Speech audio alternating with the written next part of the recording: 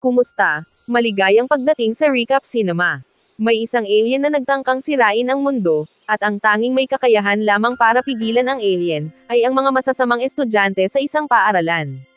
Ngayon ay babalikan natin ang palabas noong 2015, Assassination Classroom. Isang bagong banta ang dumating sa planeta at ang militar ay naghahanda upang labanan ito. Nilusob nila ang teritoryo ng mga alien, at unti-unti, papalapit ang mga sundalo sa kanilang pakay. Nang maabot nila ito, maraming mga galamay ang biglaang umatake sa kanila. Ang mga sundalo ay wala nang magawa kundi ang magpaputok, ngunit, pinatay lamang ito isa-isa. Pagkalipas ng ilang linggo, ang alien na iyon na pumatay sa mga sundalo ay nagtuturo ng klase sa high school.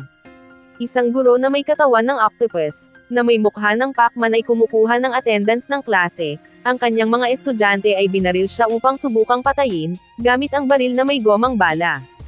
Ngunit paano napunta ang isang grupo ng mga kabataan sa kwentong ito? Ayon, nagsimula ang lahat nang nag-attend sila sa kanilang graduation sa paaralan. Sila ay kabilang sa klase 3E, na binubuo ng pinakamababang marka ng mga mag-aaral sa buong paaralan. Ang Class A naman ay ang mga matatalino, na ayon sa principal ay may magandang kinabukasan.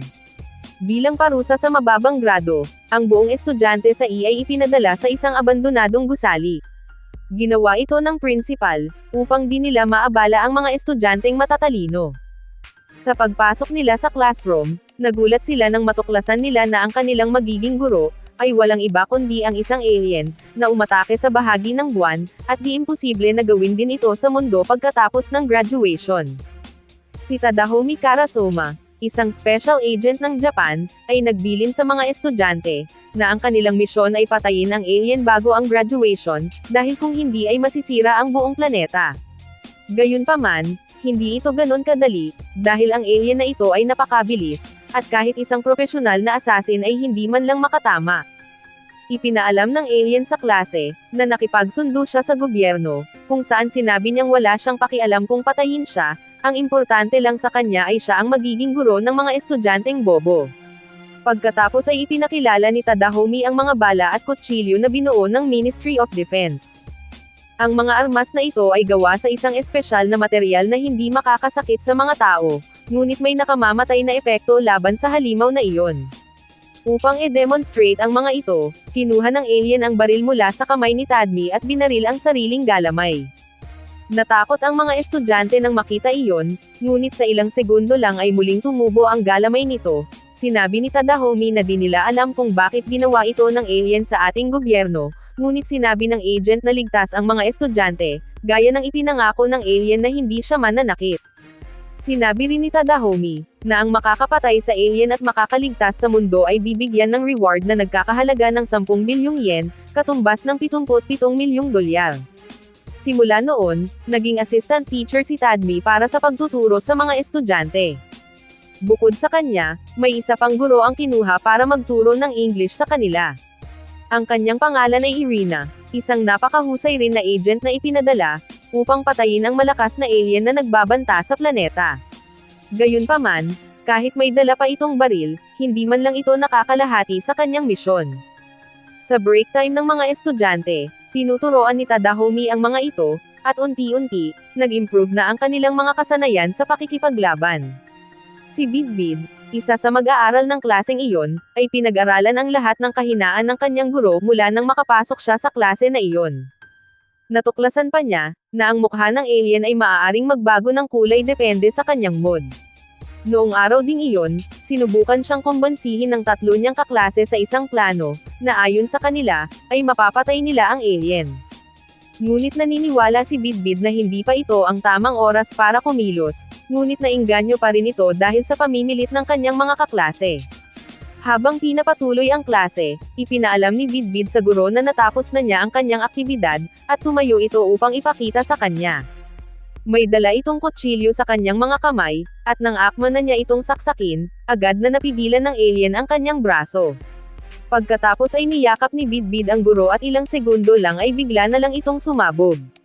Ang ibang estudyante ay nagdiriwang sa paniniwalang natapos na nila ang halimaw na iyon. Sinubukan ng iba niyang kaklase na tulungan siya, at tinanong kung ano ang ginawa ng 3 niyang kasamahan. Ibinunyag nila na gumawa sila ng isang granada, na puno ng mga espesyal goma. Ang plano ay patayin ang halimaw gamit ang espesyal na goma, upang si Bidbid ay di magtamo ng malalaking sugat. Nang tumingin sa kabilang bahagi, napansin ng mga estudyante ang isang parte ng katawan ng alien, hinanap nila ang buong katawan nito, ngunit sa kanilang pagtingala, natuklasan nila na ang halimaw na may malaking ulo ay nakatago lamang sa kisame, na wala man lang kaunting galos, at nakikinig lamang ito sa buong pag-uusap nila. Sinabi ng alien, na may kakayahan itong magpalit ng balat, isang beses sa isang buwan. Ang balat na ito ay napakatigas, kayang tanggapin ang kahit anong pasabog, kaya siya ay nakaiwas at hindi nasaktan. Gayunpaman, labis ang pagkagalit ng halimaw sa trio, dahil sa paglagay sa panganib sa buhay ni Bidbid.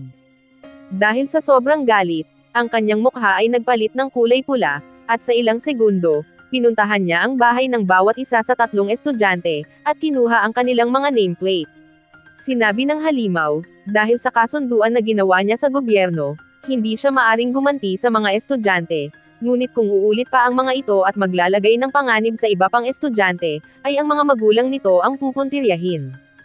Matapos pagsabihan ang mga ito, hiniling niya sa lahat na bumalik sa kanilang mga upuan at ipagpatuloy ang klase.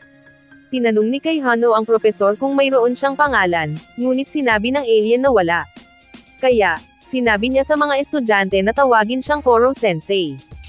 Gusto ng lahat ang ideyang iyon, lalo na ang propesor mismo, at mula ngayon ay iyon na ang magiging pangalan niya. Kinalaunan, pagdating ni Tadahome sa paaralan, nakita niyang nagkukumpulan ang mga estudyante sa paligid ng basketball court, habang si Koro-sensei ay nabitag ng net. Maya-maya ay dumating si Irina at pareho nilang tinanong sa mga estudyante kung ano ang nangyari. Ang mga estudyante pala ay gumawa ng bitag sa nakaraang araw, at nagulat sila na bigla na lang itong nahuli sa bitag, dahil sa pilit itong makaalis, kumalas ang lambat at nahulog si Koro-sensei. At nakakuha ang mga estudyante ng pagkakataong barilin siya, gayunpaman, ang halimaw na pugita ay sobrang bilis, sa isang kurap lang ay nakapatong na ito sa bubong. Sa sandaling iyon, isang bagong estudyante ang dumating sa paaralan. Ang kanyang pangalan ay Akabin Karma, at siya ay pinaalis sa klase A dahil sa kanyang marahas na pag-uugali. Si Akabin ay nagdikit ng ilang piraso ng goma na material sa kanyang kanang kamay, at sinubukan ito sa paraan ng pagbati sa kanyang bagong sensei. Kinabukasan, pagdating ni Koro-sensei sa silid-aralan, bigla itong nagulat nang makita ang pugita sa kanyang mesa at may nakatusok na kutsilyo. Agad namang nagpaumanhin si Akabin sa nangyari, at sinabing pinatay niya ang hayop sa pag-aakalang ito ang kanyang guro. Sa oras na iyon, nilapitan ng alien ang bata at sinabing ipapakita niya sa kanya ang kanyang kapangyarihan. Una, ginamit niya ang pugita bilang sangkap sa paggawa ng takoyaki, at ipinasok ito ng buo sa bibig ng bata. Nakakuha na rin ito ng pagkakataon, nagawan ng fake nails ang mga daliri nito. Kinalaunan, habang pauwi na, nakita ni Bidbid ang kanyang bagong kaklase na may malalim na iniisip. Naalala pala nito ang isang pangyayari noong kabilang pa siya sa Class A, na nakipag-away siya sa isang lalaki mula sa ibang paaralan. Sa oras na yon, lumapit ang kanyang punong guro at sinabi na kahit ilang beses pa itong makipag-away, palagi itong nasa tabi niya. Nang mapansin niya si Bidbid, ibinahagi niya sa kanya na, kahit nakakaiba si Koro-sensei, ito pa rin ay isang mahusay na guro, ngunit gayunpaman, mayroon silang utos na patayin ito. Sa sandaling iyon, biglang lumitaw si Koro-sensei, at pinayuhan sila na ipagpatuloy at pagbutihin ang kanilang kasanayan sa pakikipaglaban. Bigla namang napatanong si Akabin, kung handa ba si Koro na ibuwis ang kanyang buhay para lang protektahan ang isa sa kanyang mga estudyante. Sumagot naman ng oo si Koro, at si Akabin ay gumawa ng isang marahas na desisyon. Bumunot si Akabin ng baril at tumalon mula sa bangin. Ang kanyang plano ay babarilin niya si Koro kapag sinubukan na siya nitong iligtas. Habang nahuhulog, naalala ni Akabin ang araw na binugbog niya ang 3 bully, na nananakit ng isa pang mag-aaral. Nang malaman ng punong guro ang kanyang pangbubugbog, hindi siya inaprobahan nito, at bilang parusa, ipinadala siya sa Class E. Samantala, gumawa si Koro-sensei ng web upang protektahan at pigilan ang pagbagsak ng bata. Sa ganitong paraan, nailigtas niya si Akabin, nang hindi nanganganib na mabaril, dinala pabalik sa ibabaw si Akabin, at bigo itong umalis. Sa Ministry of Defense naman, sinabi ng Pangulo, na sa huling 2 buwan, mula nang dumating ang alien na iyon sa planeta, ang Japan ay inaatake na ng mga missile mula sa iba't ibang bansa. Ngunit iniligtas pa rin sila ng alien laban sa mga ito. Sinabi pa ng Pangulo na binalak niyang umalis sa bansa nila, ngunit minabuti na lang niya na magpadala ng bagong estudyante, upang tapusin ang halimaw na iyon. Kinabukasan, habang nasa silid, napag-alaman nito, na ang bago palang estudyante ay isa palang robot na nilagyan ng artificial intelligence. Ang layunin niya ay patayin ang alien, nang hindi mapipinsala ang ibang mga estudyante. Para sa unang pag-atake nito, ginamit ng robot ang mga machine gun nito upang subukang patayin si Koro Sensei. Gaya ng inaasahan, walang epekto sa alien ang mga ito, ngunit ang robot ay may kakayahang matuto at mag-evolve. Nagpatuloy pa rin ang robot sa pagbaril, at nagdulot ito ng malaking pagkadismaya sa mga estudyante, dahil sa kailangan pa nilang linisin ang kalat na iniwan ng robot. Ngunit sa kabilang banda, nasa kamay pa rin ng robot ang misyon upang patayin ito. Dahil sa mataas nitong katalinuhan, mayroon na itong 0.001% na pagkakataong mapabagsak ang guro sa susunod na pag-atake. Kung ito ay patuloy lamang na mag-evolve, tataas ito ng 70% hanggang sa graduation. Gayunpaman, ang mga estudyante ay walang pakialam sa mga porsyentong ito, ang iniisip lang nila ay ang kalat na ibinigay nito at pagkaabala nila sa oras ng klase. Kaya, para mapahinto ang robot sa pagbaril, kinadinahan nila ito upang mapigilan nila ang robot sa pag-atake, at pagkalat ng balang gawa sa goma. Pagkatapos ng klase, nilapitan ni Koro Sensei ang robot, at ibinigay niya ang isang bigkis ng papel na may mga record sa lahat ng kanyang mga estudyante. Sa ganitong paraan, mapag-aaralan ng robot ang bawat isa sa kanyang mga kaklase, at malaman nito ang magandang paraan upang makabuo ng mabuting samahan. Kinabukasan, pagdating nila sa paaralan, nakatanggap ang mga estudyante ng notification sa kanilang mga telepono. Nang buksan nila ang mensahe, ipinapaalam sa kanila ng robot, na nagpa siya itong gumawa ng sarili nitong app, upang mapabilis ang pakikipag-ugnayan sa mga kaklase nito. Sinabi rin ng robot, na hindi na ito aatake ng mag-isa, bagkus, magsisikap na itong makipag-ugnayan sa mga kaklase, para isang pangkat na lang silang aatake. Muling nagmungkahi si Kay Hano ng pangalan para sa robot, at lahat naman ay sumang-ayon na tawagin itong Rachel. Ipinaalam ni Rachel, na may bago na namang estudyante na lilipat sa kanilang paaralan, sa pagkadating ni Koro Sensei sa silid, nang biglang bumagsak mula sa kisame ang isang puting buhok na batang lalaki. Pagkatapos ay isang lalaking nakabalot naman ang pumasok sa silid, at hiniling sa batang lalaki na gamitin ang pinto sa susunod, nagpakilala ang nakabalot na lalaki bilang Shiro, ang tagapag-alaga ng bata, at humingi ng paumanhin sa nangyari. Ipinakilala ni Rachel sa mga kaklase nito, na ito si Ryobi at magkasama silang nagsanay sa Special Agent School. Sinasabi ni Ryobi sa lahat, na siya lang ang pinakamalakas, at hinamon niya si Koro Sensei sa isang labanan. Tinanggap naman agad ng propesor ang tunggalian, at si Shiro ay nagtatag ng isang panuntunan, na nagsasabing ang unang aalis sa espasyo na nililimitahan ng mga mesa ay matatalo. Nang magsimula ang labanan, naunang umatake si Ryobi, at agad nitong naputol ang isang kamay ng propesor. Sinurpresa ni Ryobi ang lahat, nang pinakita niya ang mga tentacles mula sa kanyang ulo.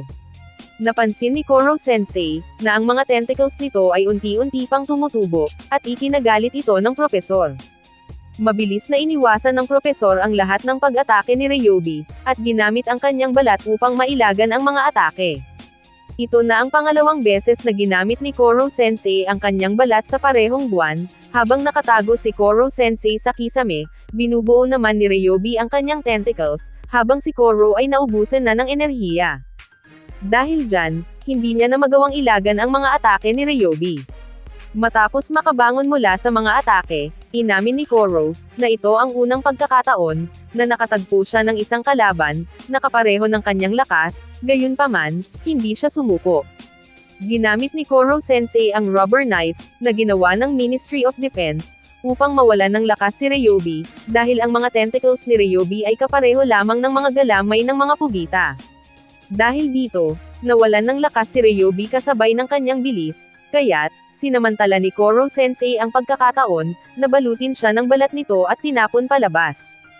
Bagamat hindi siya nasaktan, Dahil sa balat na binalot ni Koro sa kanya, ngunit si Ryobi ay lumabas na sa ring, at dahilan ng kanyang pagkatalo, agad namang binitbit ni Shiro si Ryobi at umalis, na may pangakong babalik sila sa lalong madaling panahon. Nang matapos ang klase, nilapitan ni Bidbid at kay Hano si Koro, upang itanong kung bakit pinili niyang magturo sa pangkat nila. Sa sandaling iyon, ipinahayag ni Koro Sensei, na ginawa niya ito upang matupad ang ipinangako niya sa isang tao.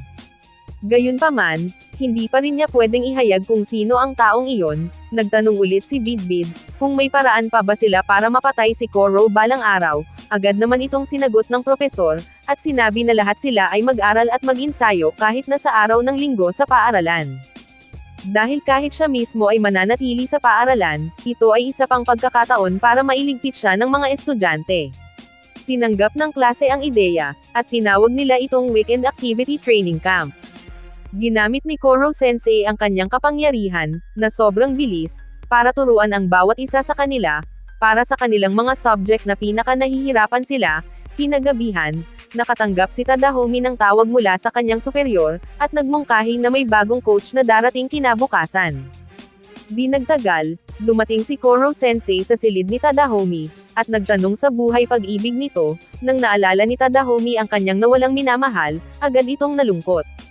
Kinaumagahan, dumating si Takaoka Akira sa paaralan, at ibinalita na siya ang magiging bagong coach ng Class E. Ngunit, bago simulan ang pagsasanay, kumuha siya ng almusal para sa mga estudyante, na dahilan at agad siyang nagustuhan ng mga ito. Ilang minuto, nakipag-usap si Irina kay Tadahomi tungkol kay Takaoka, na dati niyang kaibigan, at kanyang inimungkahi na, ang unang gagawin ni Takaoka sa pagtuturo, ay papaniwalain niya na para lang silang pamilya.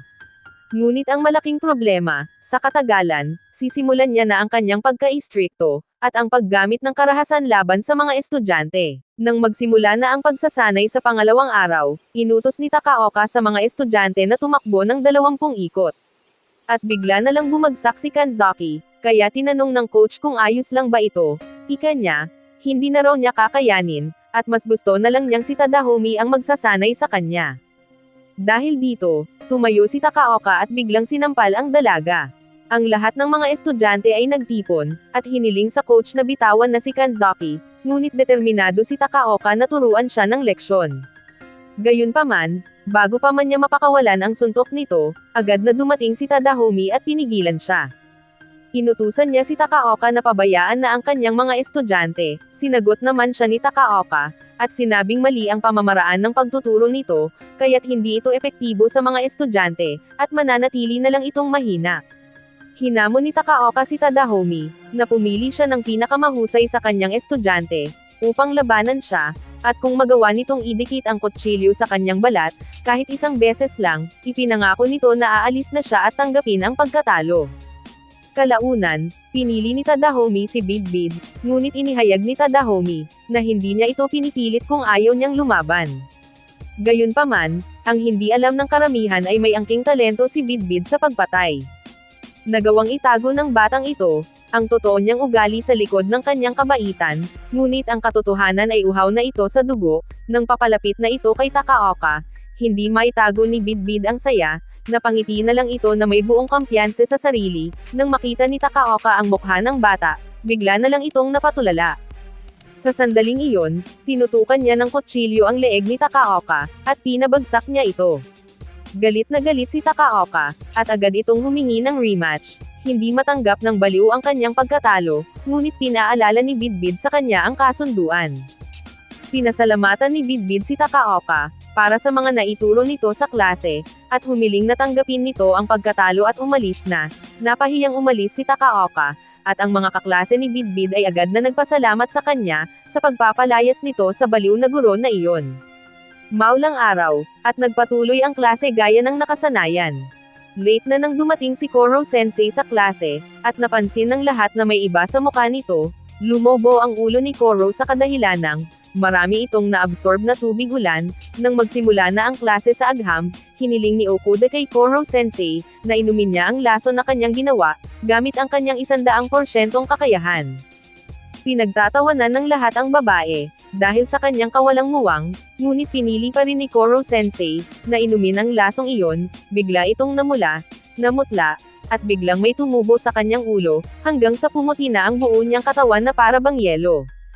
Ngunit, agad pa rin itong bumalik sa normal, at pinuri niya pa rin si Okuda, para sa kanyang napakalakas na lason gawa sa sodium hydroxide, isang sangkap na nakamamatay sa mga tao, ngunit hindi nakakaapekto sa kanya. Nangako rin si Koro, na handa siyang turuan ang mga estudyante kung paano gumawa ng mas malakas pa na lason, ngunit pinakita niya sa mga ito, ang pag-iibang anyo niya na para bang papel, upang makatakas sa kanyang mga estudyante kung sakaling papainumin siya ng lason na iyon. Ilang minuto ang lumipas, bumalik na ito sa normal, at inutos niya sa mga estudyante na tawagin si Tadahomi at Irina, upang magtipon sa bakuran ng paaralan. Inihayag ni Koro Sensei, na ang magaling na agent ay laging may nakahandang plan B, kung sakaling mabigo sa plan A. Biglang lumipad si Koro ng napakabilis, at di nagtagal, bumalik rin ito agad, nasira ang kapaligiran at puro na lang usok, pinigilan lang pala niya ang missile na umatake sa bansa nila. Pagkatapos, inutos ni Koro sa kanyang estudyante na bumalik na sa silid, at pinaalam niya na dapat sa susunod na pagsusulit, ay kailangan na nilang magkaisa at magtipon ng kaalaman, para makabuo ng perpektong plano para mapatay siya. Upang matulungan niya ang mga estudyanteng ito, pipili siya ng isang estudyante na may pinakamataas na score sa bawat subject, at hahayaan niyang putulin nito ang bawat isa sa kanyang galamay. Sa bawat nawawalang galamay, mababawasan ang kanyang enerhiya at mataas na ang posibilidad na mapabagsak na siya ng mga estudyante. Sa ganitong paraan, ipinakita ni Koro Sensei, na may pag-asa pala na mapatay nila ito, at nagbigay pa ito ng motibasyon. Nang matapos na ang klase, isa-isa nang umuwi ang mga estudyante sa mga tahanan nila, nagpasya si Koro na bigyan si Nakamura ng totoong karanasan sa wikang Ingles, dahil ito ang kanyang pinakamahusay na estudyante sa subject na ito. Kaya, agad na dinala niya si Nakamura sa United States, kung saan, maaari siyang magkaroon ng direktang pakikipag-ugnayan sa Ingles. Pagkatapos ay si Karma naman, ang pinakamatalinong estudyante sa matematika, upang makalkula ang taas ng Great Wall of China. Sinunod naman si Keanu sa Italy, para suriin ang nakatagilid na anggulo ng building sa Leaning Tower ng Pisa. Sa ganitong paraan, lahat ng mga estudyante ay mabigyan pa ng karagdagang kaalaman, tungkol sa kanilang akademika, habang si Koro Sensei, ay nagawang kompletuhin ang kanyang graduation photo album. Pagkatapos ng pagsusulit, sina Nakamura, Okuda at Karma, ang nakakuha ng pinakamataas na grado sa English, Science at Math, ayon sa pagkakabanggit. Kaya't, bawat isa sa tatlo ay maaring putulin ang kanyang galamay sa huling araw ng pagsusulit. Kinabukasan, naghanda ang mga estudyante para isagawa ang planong pagpatay kay Koro Sensei. Isa-isa nilang binuo ang plano upang magtagumpay sa misyong ito. Kinagabihan, habang nanonood sila ng fireworks, naisip ng mga estudyante kung itutuloy ba nila ang pagpatay kay Koro.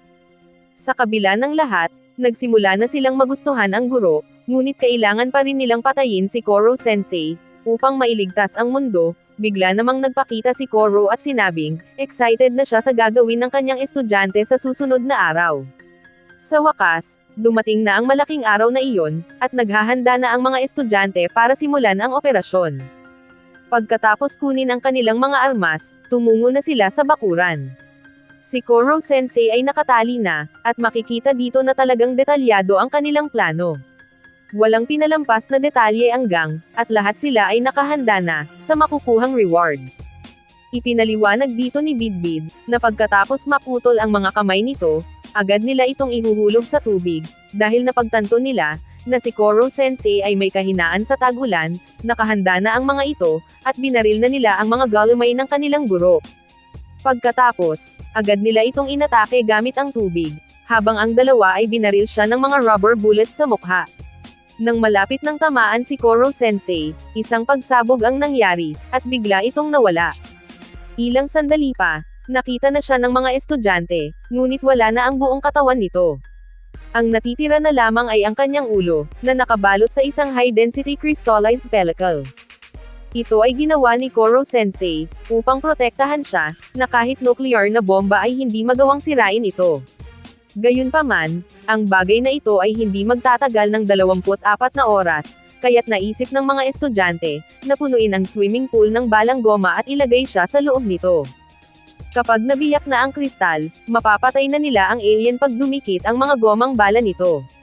Ngunit, pahayag ni Koro Sensei, na maari pa rin siyang sumabog at magliliparan lang ang mga bala bago pa siya masaktan.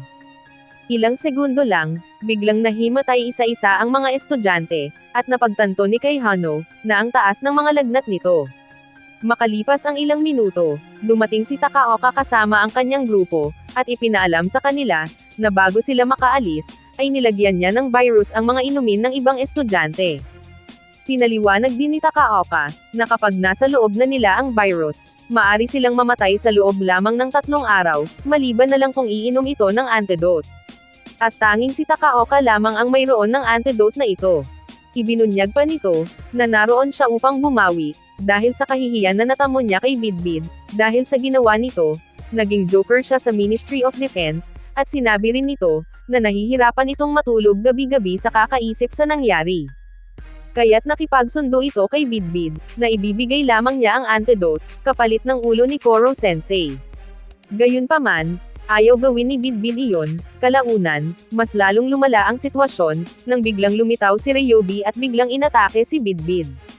Sinubukan ni Tadahome na iligtas siya, ngunit nasaktan lang ito. Ang dahilan ng pagbalik ni Ryobi, ay upang makakuha ng rematch laban kay Koro Sensei. Agad na tinulungan ni Karma si Bidbid, at dali-dali silang tumakbo palayo upang hindi nila makuha si Koro sa kanila. Agad namang sumunod si Ryobi, at si Takaoka naman ay mabilis na umalis, dala ang antidote. Habang ginagamot ang ibang estudyante na may sakit, umakyat naman sina Karma at Bidbid sa isang tore upang makatago mula kay Ryobi. Sa kasamaang palad, nasundan pa rin sila nito, at sinira ni Ryobi ang hagdan, upang di sila makapagpatuloy sa pag-akyat, kaya't ipinasa ni Bidbid ang kristal kay Karma, ngunit na-corner pa rin ito, at sinubukan ni Karma na iwasan ang mga pag-atake, kahit muntik na mahulog sa tore. Kahit na mahawakan pa siya ni Ryobi, lumalaban pa rin ito gamit ang kristal na hawak niya, at patuloy pa rin ang pagtakas nito, hanggang sa, tuluyan na itong nahulog. Si Bidbid naman ay nagawa pang makabalik bago pa man tuluyang maputol ang hagdan. Sumuko na si Karma, at sinabi nito na ibibigay na niya si Koro kay Ryobi. Gayunpaman, ipinasa niya lang pala ito kay Bidbid sa halip, at agad namang nag-react si Ryobi, at nakahandang umatake kay Bidbid. Pero sa hindi inaasahan, bigla itong umulan, at nabasa ang bata na dahilan ng pagkawala ng kanyang kapangyarihan. Agad namang pinuri ni Koro Sensei ang kanyang mga estudyante, sa kanilang mahusay na plano, at alam ng mga lalaki na uulan sa oras na iyon, kaya yun ang pinili nilang araw na patayin ang kanilang sensei, at iyon ang second plan. Inihayag naman ni Koro kay Ryobi, kung interesado pa rin ba itong sumali sa klase, malugod niya pa rin itong tatanggapin. Sa sandaling iyon, si Bidbid ay nakatanggap ng text mula kay Ritsu, na nagbibigay alam sa kanila tungkol sa nangyari sa paaralan. Bumalik si Bidbid na may bitbit na bag, habang si Takaoka ay nag-aantay sa kanya. Ipinaalam ni Takaoka na nakahanda na ang mga gamit sa pagpatay niya kay Koro. Balak niyang ilibing si Koro, sa isang drum ng semento na may halong gomang bala, kasama si Kiyano. Sa ganitong paraan, hindi na magagawa ni Koro na sumabog, dahil kung gagawin niya ito, may posibilidad na matamaan ang estudyante, at ikadisgrasya ito. Inutusan ni Takaoka si Bidbid na ibigay na ang alien, ngunit nakiusap si Bidbid, na hayaan sila na sila mismo ang papatay kay Koro, gamit ang sarili nilang mga kamay, dahil ito ang kanilang sinanay. Gayunpaman, hindi pumayag si Takaoka sa kahilingan ni Bidbid. Sa halip, inapakan pa nito ang ulo ni Bidbid habang nakayuko ito, sa kalagitnaan ng paghaharap. Nakarinig si Bidbid ng text message mula sa kanyang telepono, at ngumiti ito. Iniabot na ni Bidbid ang ulo ni Koro Sensei, ngunit nang makita niya ito, isa lang palang bola. Sa sandaling iyon, ang iba pang mga estudyante ay lumabas, at kaagad nilang inilagay ang mga ito sa bitag na ginawa nila. Binabati ni Koro Sensei si Okuta, sa nagawa niyang gamot para sa kanyang mga kaklase, at kay Bidbid para sa kanyang tanyag na katalinuhan. Makalipas ang ilang minuto, dumating ang mga sasakyang panghimpapawid, at dinala ang lahat ng estudyante sa base militar. Linano nilang magsagawa ng diskarte, para patayin si Koro Sensei habang nasa loob siya ng kristal, upang hindi ito makagalaw.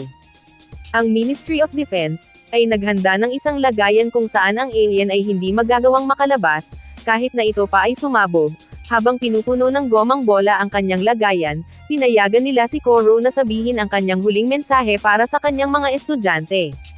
Ang lahat ay nakinig, at nakatitig sa screen habang nagbibigay ng huling talumpati ang kanilang guro. Pinasalamatan ni Koro ang mga estudyante, sa kanilang husay at katalinuhan sa panahon ng kanilang samahan. Sinabi niya, walang higit na kaligayahan kaysa sa makita silang umunlad, at makatapos sa pamamagitan ng kanyang pagturo bilang isang guro. Di nagtagal, ay napuno na ng gomang bala ang kanyang lagayan, at kaagad itong sumabog. Nang mangyari ito, nakita nilang buo pa ang kulungan, at ang alien ay patay na. Napaiyak na lang ang mga estudyante dahil hindi nila matanggap ang pagkawala ng kanilang guro.